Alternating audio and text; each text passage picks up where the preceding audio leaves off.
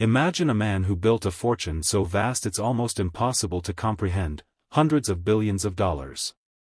Now, imagine that same man still living in the same modest house he bought in 1958, driving a regular car, and starting his day with a McDonald's breakfast.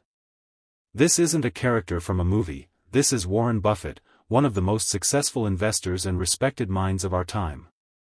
Often called the Oracle of Omaha, Warren Buffett isn't just a legend in the world of finance, he's a living testament to the power of patience, common sense, and integrity.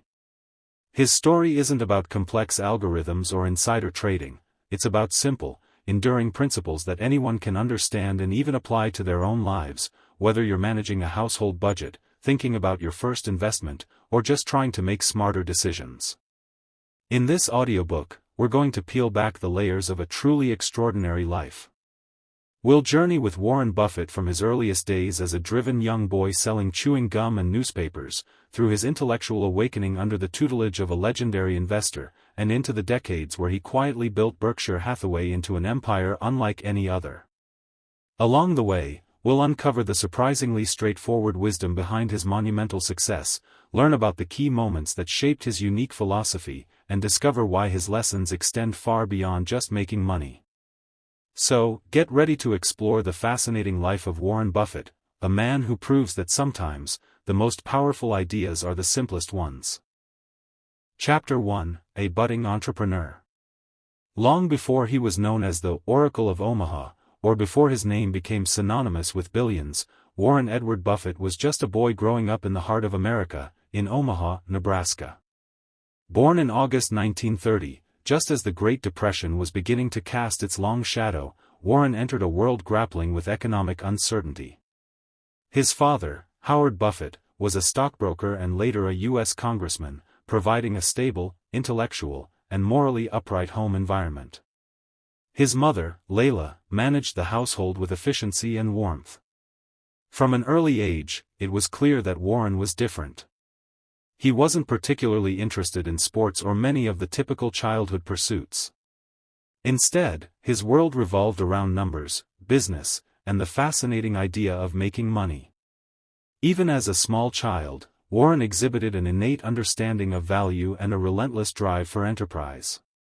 While other kids were playing games, young Warren was already running his first businesses. Picture a 6-year-old Warren, carefully calculating the profit margins on packs of gum he bought from his grandfather's grocery store, then reselling individual sticks to his neighbors. It might seem like a trivial pursuit, but for Warren, it was an early lesson in supply and demand, cost versus revenue. He would trek door to door, meticulously tracking his inventory and earnings. His entrepreneurial spirit didn't stop there.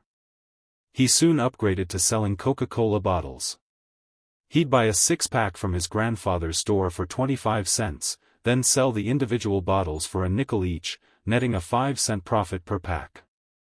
Again, simple math, but a fundamental understanding of retail. As he got a little older, his ventures became more ambitious.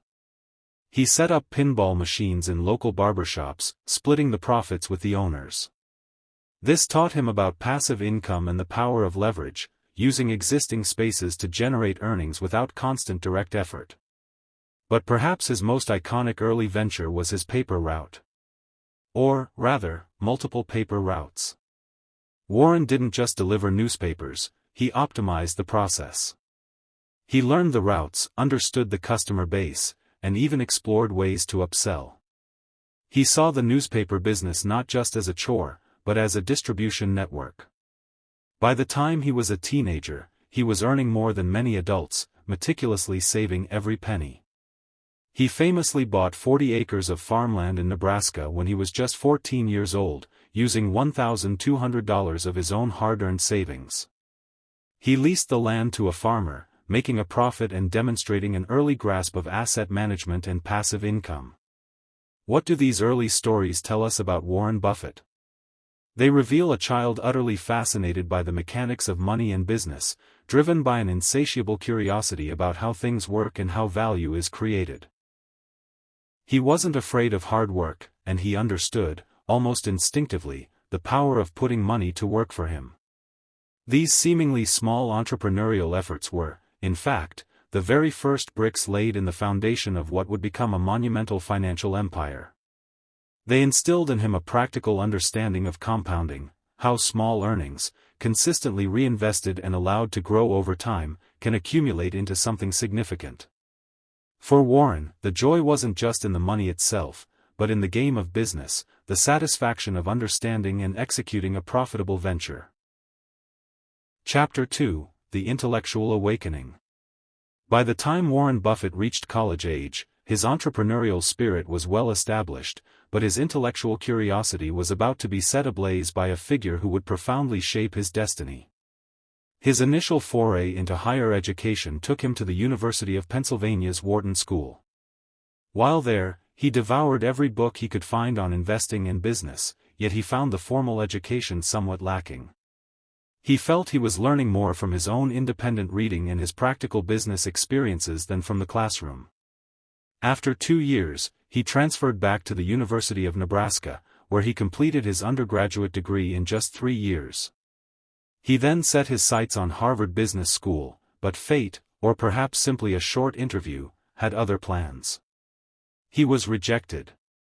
This rejection, however, turned out to be a blessing in disguise, leading him to a path that would truly define his investment philosophy.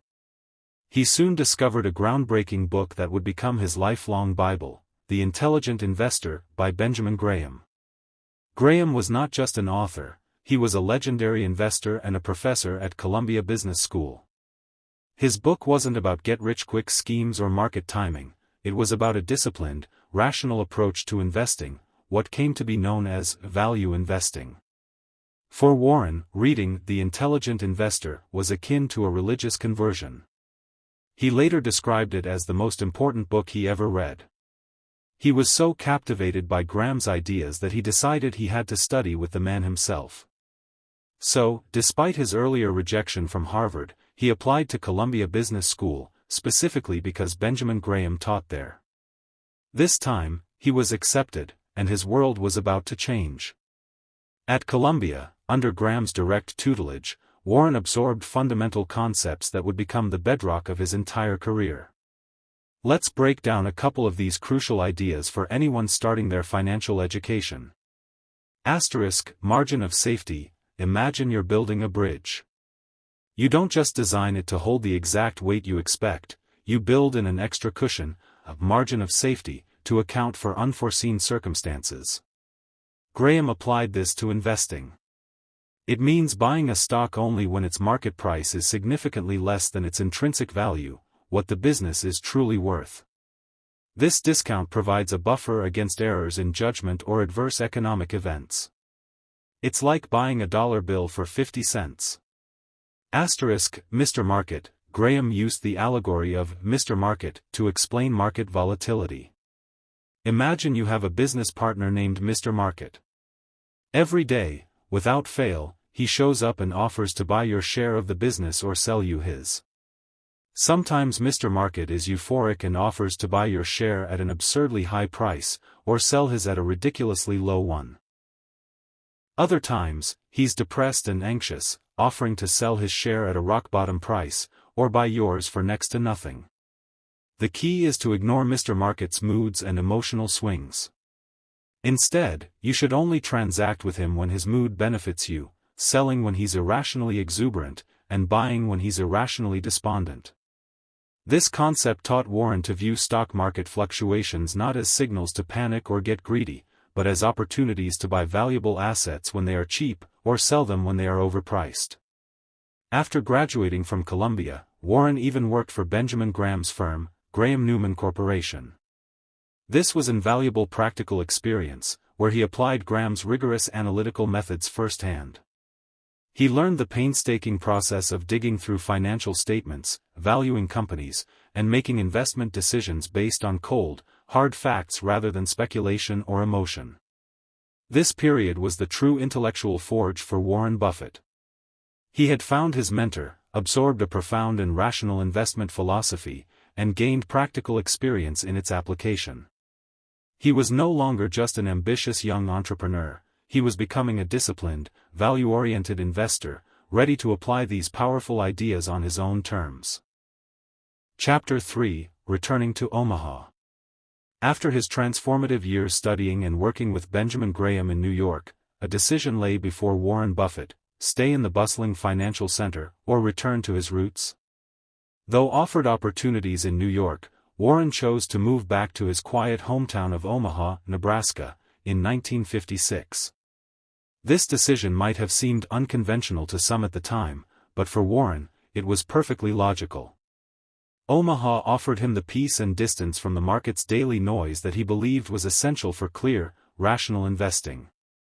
He wanted to think, not react. Back in Omaha, Warren, now 26 years old, took a significant leap. He started his own investment vehicle, the Buffett Partnership Limited. This wasn't a public company, it was a private partnership initially funded by family and friends. His father-in-law, his sister, his aunt, they all entrusted their money to this young, unassuming investor. The initial capital was modest, but the trust placed in him was immense.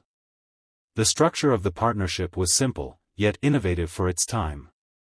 Warren would invest the partner's money and, after a certain threshold of profit, usually 6% annually, he would take a significant percentage of the additional profits. This meant his incentives were perfectly aligned with his partner's success. He only made a lot of money if they made a lot of money. It was a clear, performance-based arrangement that fostered confidence and commitment. Warren approached the partnership with the same meticulous, disciplined methodology he had learned from Graham. He was relentless in his search for undervalued companies, what Graham called cigar butts. These were businesses that might be ugly or unfashionable, but had some hidden value, like a discarded cigar but that still offered one last free puff. He wasn't interested in glamorous, fast-growing companies that captured headlines. His focus was on the underlying business, its assets, and its true earnings power, not on fleeting stock market popularity. One famous example of his early success was his investment in Sanborn Map Company. This was a fascinating, old business that created detailed fire insurance maps for cities across America. As technology advanced, the core map business declined. However, Sanborn had a significant amount of cash and investments on its balance sheet, far exceeding the market value of its shares. Warren recognized that he wasn't just buying a declining map business, he was effectively buying a portfolio of investments at a deep discount. He patiently accumulated shares, eventually gaining control and liquidating the underlying investments to unlock the hidden value for his partners. This was a classic, Graham-style, investment, patiently buying an undervalued asset and realizing its true worth. Another crucial learning experience came with American Express during the salad oil scandal of 1963. This was a crisis where American Express's warehouse receipts for cottonseed oil turned out to be nearly worthless, causing a massive panic and sending the company's stock plummeting. While others panicked and sold, Warren saw an opportunity. He flew to New York, visited American Express's offices, and even spoke with customers at their card-carrying establishments. He quickly realized that the core American Express brand, its credit cards, traveler's checks, and banking operations, was incredibly strong and resilient. People still trusted and used American Express despite the scandal. He concluded that the market was overreacting, and the company's long-term value was intact. He invested a huge portion of his partnership's capital into American Express at its depressed price, a move that paid off handsomely as the company recovered. This demonstrated his courage to act decisively when others were fearful, based on his own thorough, independent analysis of a business's true worth. What these early investments showcased was Warren's unwavering commitment to concentration. Instead of spreading money thinly across many different stocks, he would make large, significant bets on a few companies he understood deeply and where he saw a clear margin of safety. He didn't just buy stocks, he bought pieces of businesses. This approach, combined with his long-term perspective and disciplined research, allowed the Buffett partnership to generate extraordinary returns year after year, quietly building the foundation for what would become one of the most remarkable investment legacies in history. Chapter 4: The Textile Mill and a Transformative Decision. By the early 1960s, the Buffett partnership was thriving, quietly compounding capital at an impressive rate. Warren was constantly on the lookout for undervalued opportunities, and his gaze eventually landed on a struggling textile company based in New England, Berkshire Hathaway. Now, you might wonder why an astute investor like Warren Buffett would be interested in a textile company. By the 1960s, the textile industry in the United States was already in decline, facing fierce competition from cheaper overseas production. This was far from the simple, understandable, durable businesses he would later champion. But remember, at this stage, Warren was still largely operating on Benjamin Graham's cigar but principle, looking for deeply undervalued assets. Berkshire Hathaway fit that bill. Its stock was trading for less than the value of its working capital, cash, inventory, and receivables, minus its liabilities. In essence, he could buy the company for less than the cash it held, even if you put a zero value on its factories and equipment. To Warren, this was a clear example of buying a dollar for 50 cents. He started accumulating shares, seeing it as a cheap asset, not necessarily a great business. The initial investment was intended to be a short-term play. Warren saw the potential to make a quick profit as the company's management bought back shares from shareholders at a certain price. However, a personal conflict arose with the company's then-president, Seabury Stanton. Stanton made an offer to buy back Buffett's shares at a price lower than what Warren expected and felt was fair. Incensed by this perceived slight, Warren didn't just sell his shares, he decided to buy more shares, steadily acquiring control of the company until, in 1965, he took over as its chairman. This moment was truly transformative, though perhaps not in the way Warren initially intended. He had bought a textile company out of a value proposition and, in part, out of spite. He then spent the next couple of years trying to revive the struggling textile operations. He invested in new machinery, poured capital into trying to make it competitive. But the industry's headwinds were too strong.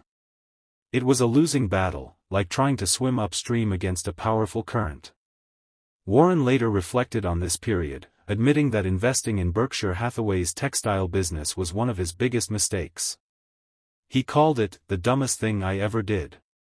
He poured good money after bad, influenced by sentiment rather than pure economics. This experience taught him a crucial, painful lesson. The importance of a business's underlying economics. Even if you buy a company cheaply, if its core business is in decline and requires constant capital to merely stay afloat, it's not a good long-term investment.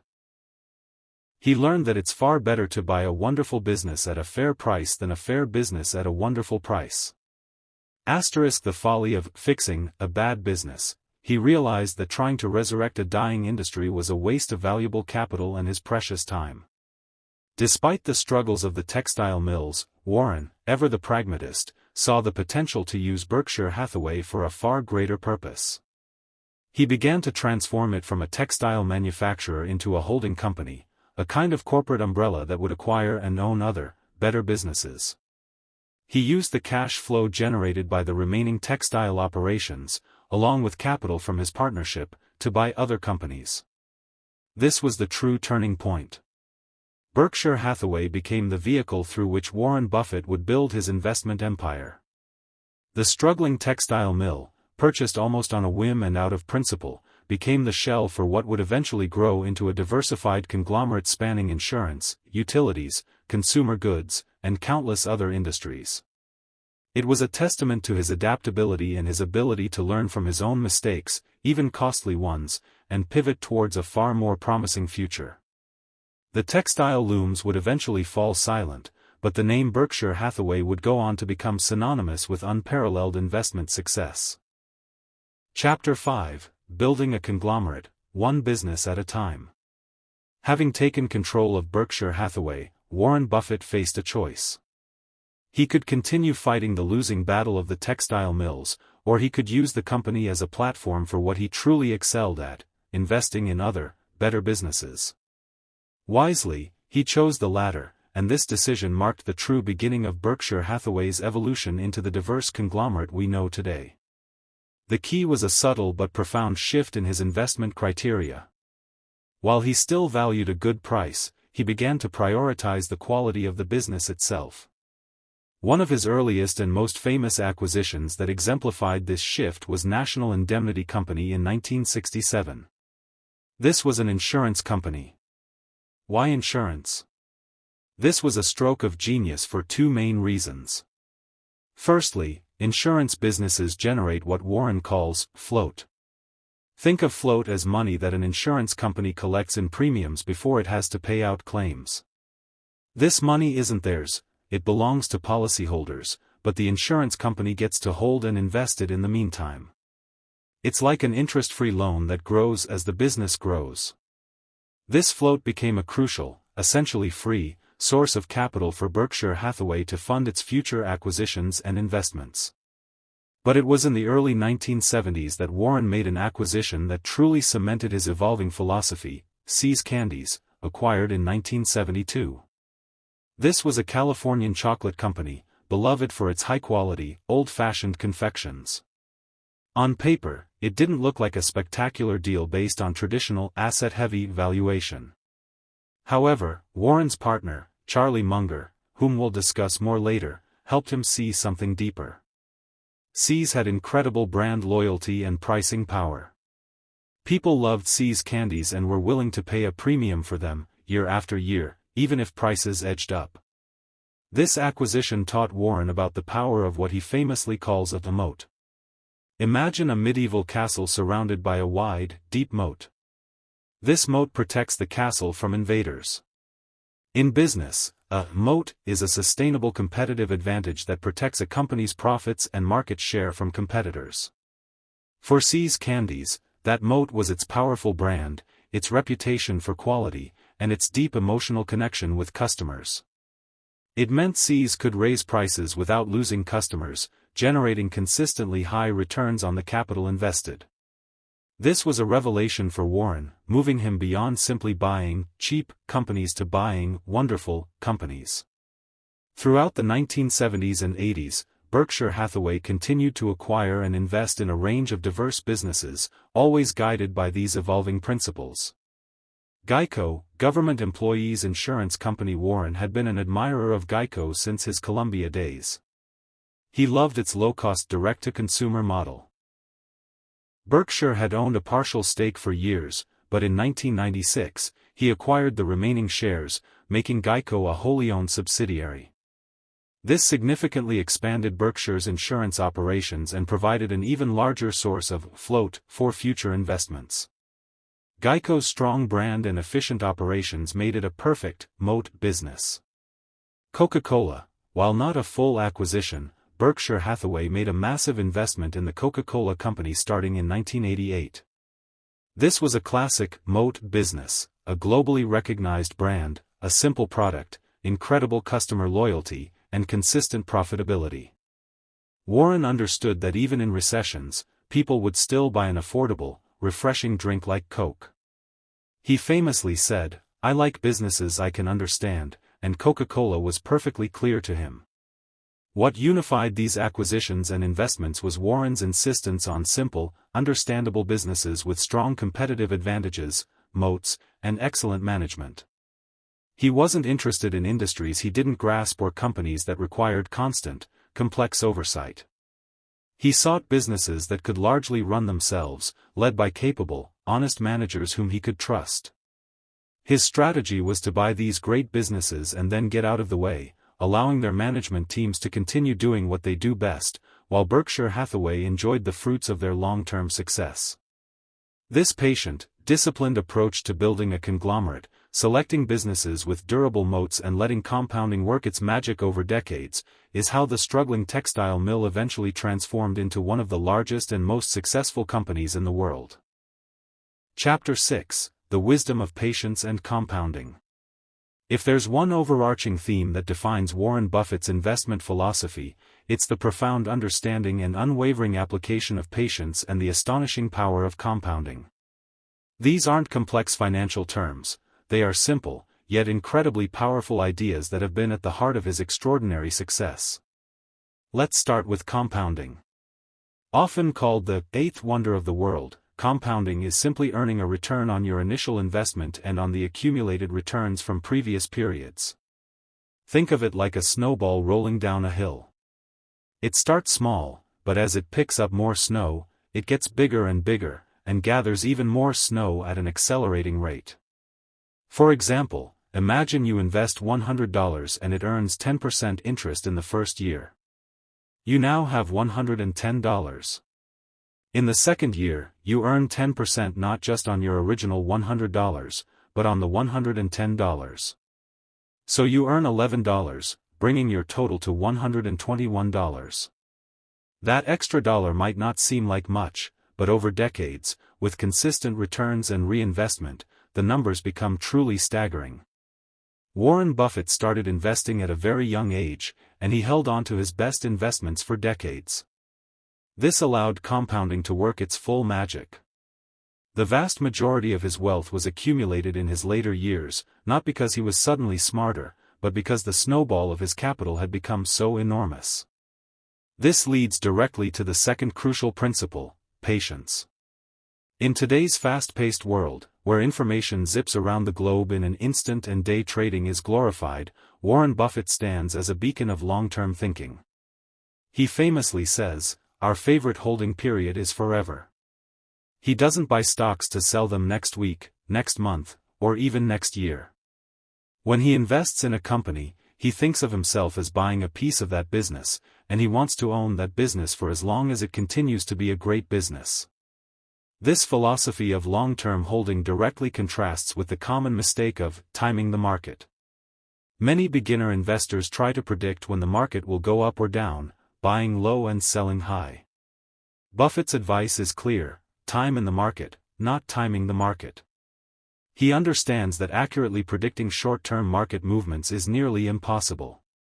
Instead of trying to guess, he focuses on buying great companies at reasonable prices and then letting them do their work over decades. This means riding out the inevitable ups and downs of the stock market, trusting in the long-term growth of quality businesses. His commitment to patience also means avoiding fads and speculative bubbles. In the late 1990s, when the dot-com bubble was inflating, many investors piled into technology companies with little or no earnings, simply based on hype. Warren Buffett largely stayed out, sticking to his principles of investing in businesses he understood with clear moats. Many criticized him then for being old-fashioned or not getting it. But when the bubble burst, those old-fashioned principles protected his capital, while many speculative investors lost fortunes. He stayed within his circle of competence, only investing in areas he deeply understood, and had the patience to wait for opportunities that fit his criteria, even if it meant doing nothing for long stretches. For Warren, the stock market isn't a casino, it's a place where patient investors can buy pieces of productive assets. He approaches investing with the mindset of a business owner, not a speculator. This means meticulously researching a company, understanding its products, its customers, its competition, and its management, and then having the conviction and patience to hold it for the long run. The combined wisdom of patience and compounding teaches us that investing isn't about getting rich quick, but about getting rich slowly. It's about consistency, discipline, and allowing the incredible power of time and reinvestment to build wealth, brick by brick, year after year. Chapter 7: Partnering with Charlie Munger. While Warren Buffett's foundational investment principles were laid by Benjamin Graham, the evolution of his approach, from simply buying cheap companies to acquiring wonderful companies, was profoundly influenced by his extraordinary partnership with Charlie Munger. Munger, born in Omaha just 6 years before Buffett, was a lawyer and investor in his own right, known for his razor-sharp intellect and dry wit. Their paths first crossed in 1959 at a dinner party in Omaha, arranged by a mutual friend. Despite their different professional backgrounds at the time, they quickly discovered a deep intellectual connection and a shared disdain for the prevailing short-term, speculative mindset of Wall Street. It was, as Buffett described it, like finding a mirror image of his own thinking, but with an even broader intellectual scope. Munger eventually joined Berkshire Hathaway as vice chairman in 1978, but his influence on Buffett's thinking began much earlier and ran far deeper than any official title suggests. Buffett often refers to Munger as the architect of the modern Berkshire Hathaway, humbly suggesting he was merely the general contractor building on Munger's designs. So, how did Charlie Munger change Warren Buffett's investment philosophy? Buffett, as we discussed, started as a cigar-butt investor, looking for businesses that were so cheap they had one or two free puffs left, even if they weren't great businesses long-term. Munger, with his more holistic view and emphasis on business quality, helped wean Buffett away from this approach. Munger famously articulated the shift: "It's far better to buy a wonderful business at a fair price than a fair business at a wonderful price." This simple yet profound insight fundamentally altered Berkshire's acquisition strategy. Instead of scavenging for mediocre companies at bargain basement prices, they began to seek out businesses with strong moats. As we discussed with See's Candies, Munger consistently emphasized the importance of durable competitive advantages that protect a business from rivals and allow it to earn high returns for a long time. These moats could be strong brands, patented technologies, network effects, or cost advantages. High returns on capital. Munger pushed Buffett to look for businesses that generated high returns on the money invested in them, without needing to constantly pour in more capital just to stay afloat, like the textile mills. Simple, understandable business models. Both men shared a preference for businesses they could fully comprehend, avoiding complex industries or speculative ventures. Exceptional management. They placed immense trust in the managers of the businesses they acquired, believing that great leaders were crucial to long-term success. The partnership wasn't just about investment decisions, it was a constant intellectual synergy. Munger is known for his concept of latticework of mental models, the idea that you can make better decisions by understanding fundamental principles from a wide range of disciplines: psychology, history, physics, economics, and so on.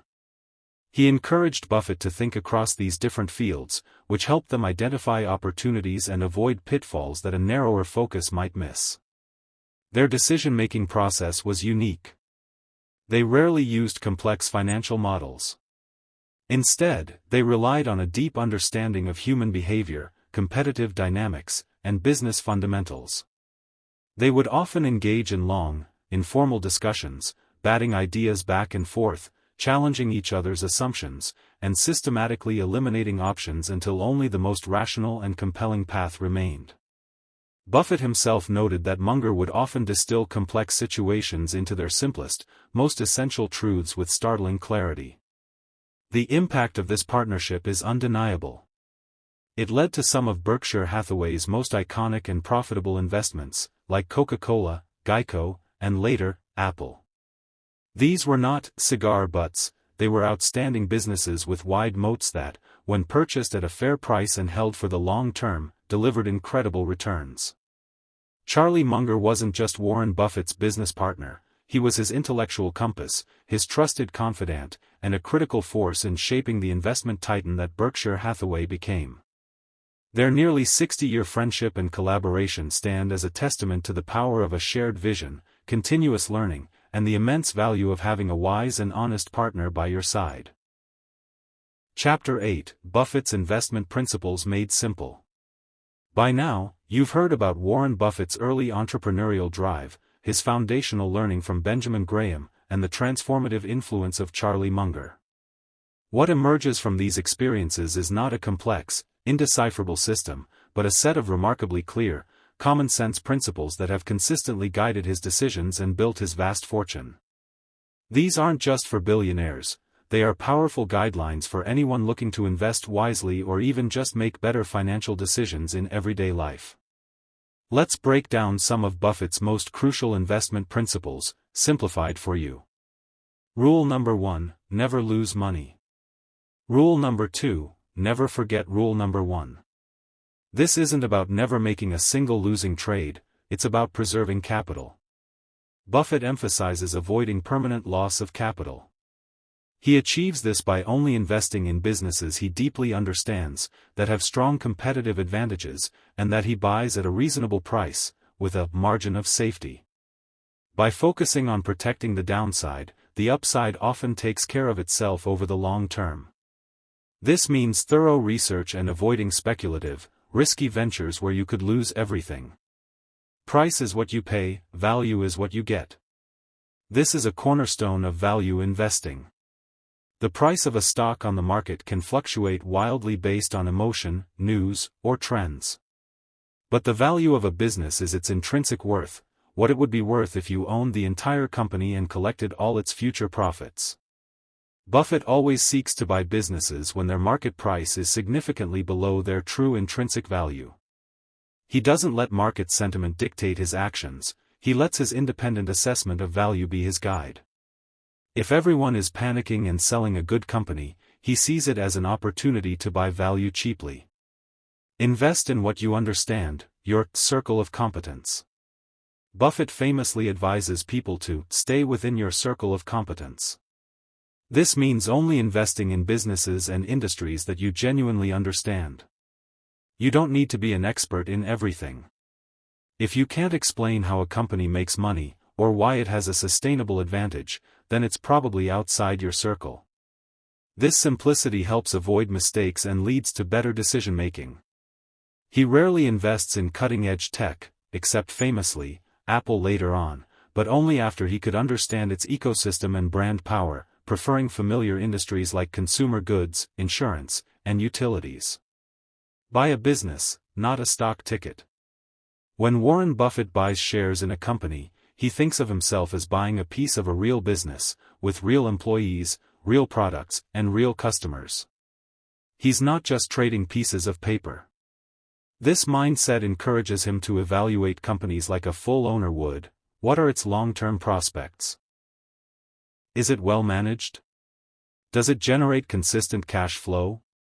This focus on the underlying business, rather than just the fluctuating stock price, is crucial for long-term success. Be fearful when others are greedy, and greedy when others are fearful. This is perhaps his most famous piece of contrarian advice. When the market is booming, and everyone is excitedly buying stocks, prices are often inflated, and it's a time to be cautious.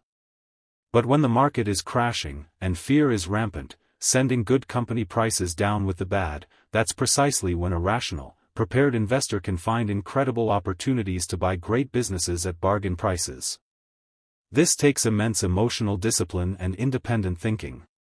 The power of simplicity, index funds for most people.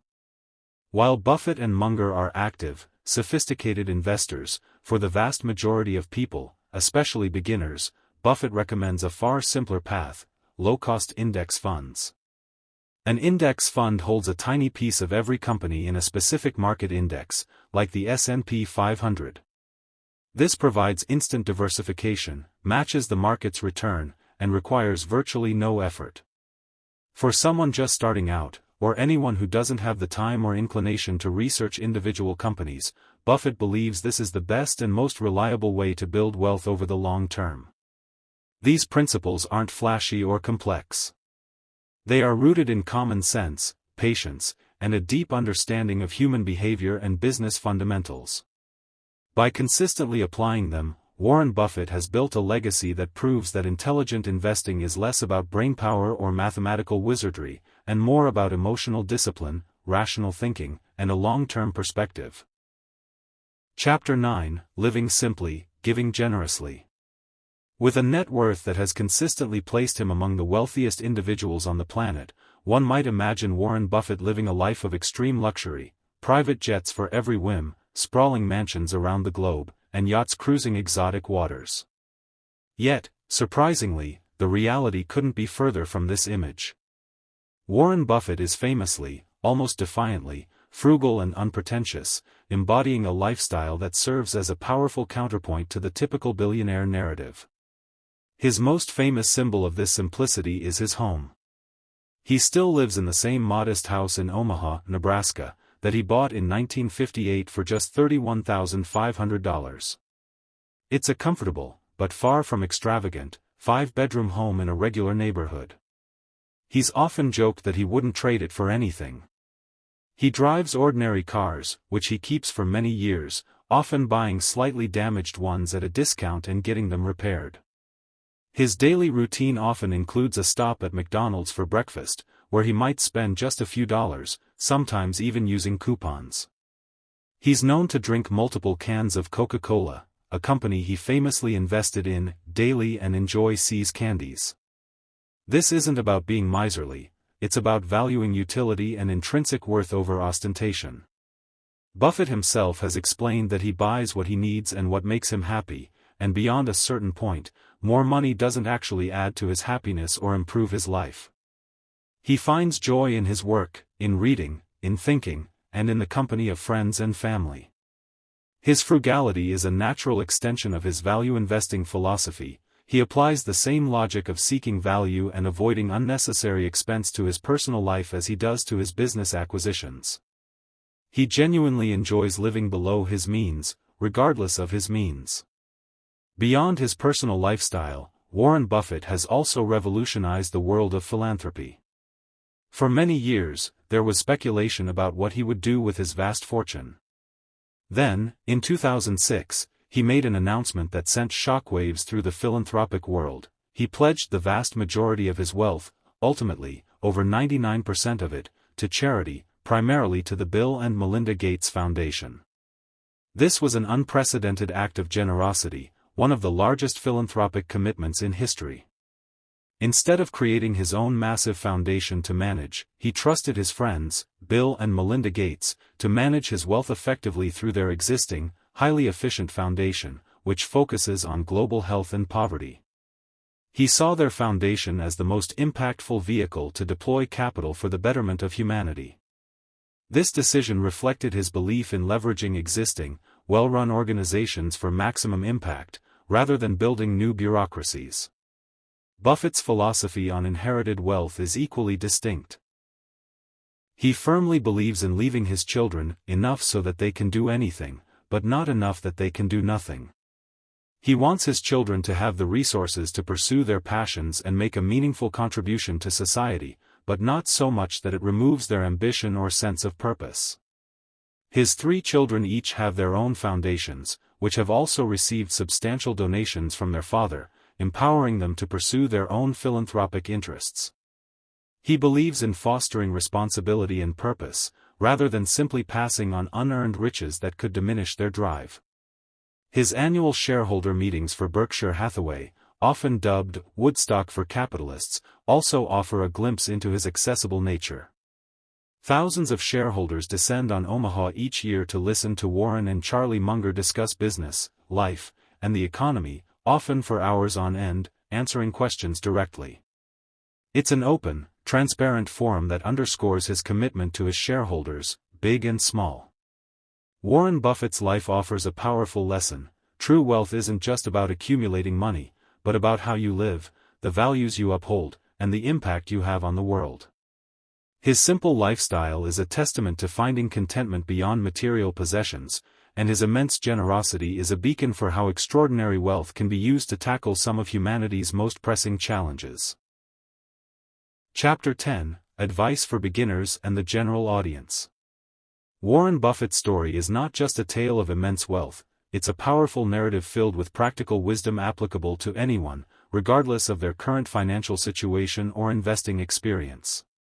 For those of you just starting your financial journey, or simply seeking to make smarter life choices, here are some of the Oracle of Omaha's most potent pieces of advice, distilled for everyday application. The best investment you can make is in yourself. This is perhaps Buffett's most fundamental piece of advice, and it goes beyond just money. He consistently emphasizes that anything you do to improve your own talents, skills, and knowledge will yield incredible returns that no government can tax away and no market crash can diminish. This means continuously learning, whether through reading, taking courses, or developing new abilities. Improve your communication skills, learn a new trade, deepen your understanding of the world. These are assets that compound over your lifetime and empower you to earn more, adapt to change, and live a more fulfilling life. Avoid high-interest debt, especially credit cards. Buffett views high-interest debt, particularly from credit cards, as financial cancer. He has seen countless individuals and businesses fail due to excessive borrowing. Before even thinking about investing, prioritize paying off high-interest debt. Interest payments on credit cards eat away at your future potential earnings and can quickly spiral out of control. Live within your means, and if you must borrow, do so for productive assets, like a house or education, at low interest rates, not for consumption. Do not save what is left after spending, but spend what is left after saving. This simple rephrasing of a classic financial principle highlights the importance of paying yourself first. Make saving a priority, not an afterthought. Set up automatic transfers to a savings account or investment account each payday before you spend on anything else. Even small, consistent savings, given enough time, can grow into something substantial through the power of compounding. For most people, invest in low-cost index funds. While Buffett himself is a master stock picker, he humbly admits that most individuals cannot replicate his active investing success. For the vast majority, his recommendation is clear: invest regularly in a diversified, low-cost index fund, such as one that tracks the S&P 500. This strategy provides broad market exposure, minimizes fees, and virtually guarantees that you will capture the long-term growth of the economy without needing to research individual companies or time the market.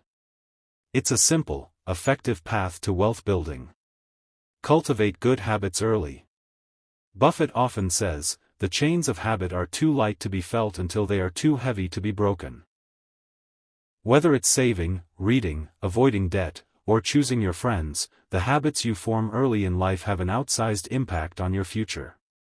Start building positive financial and personal habits now, as they become incredibly difficult to change later on. Surround yourself with people who are better than you, as their influence will naturally pull you upwards. Guard your reputation fiercely. Beyond financial success, Buffett places immense value on integrity and reputation. He famously stated, "It takes 20 years to build a reputation and 5 minutes to ruin it." If you think about that, you'll do things differently. Your reputation, built on honesty, reliability, and ethical conduct, is your most valuable asset, both in business and in life. It opens doors, builds trust, and provides a foundation for long-term relationships and opportunities. Warren Buffett's journey teaches us that financial success isn't a mysterious art reserved for a select few. It's the result of applying simple, time-tested principles with extraordinary discipline and patience. His life underscores that independent thinking, a commitment to lifelong learning, prudent financial habits, and unwavering integrity are the true ingredients for building not just wealth, but a truly rich and impactful life. Conclusion. We've journeyed through the remarkable life of Warren Buffett, from the streets of Omaha where a young boy meticulously calculated profits from chewing gum, to the pinnacle of global finance where he became known as the Oracle. His story is far more than just a chronicle of immense wealth, it is a profound lesson in the power of timeless principles applied with unwavering discipline. Warren Buffett's enduring legacy is built on several pillars that stand firm regardless of market fads or economic storms. He has proven that patience is a superpower. In a world obsessed with instant gratification, Buffett's multi-decade commitment to his investments and his own learning demonstrates that true wealth, both financial and personal, is accumulated slowly, steadily, and with a long-term perspective.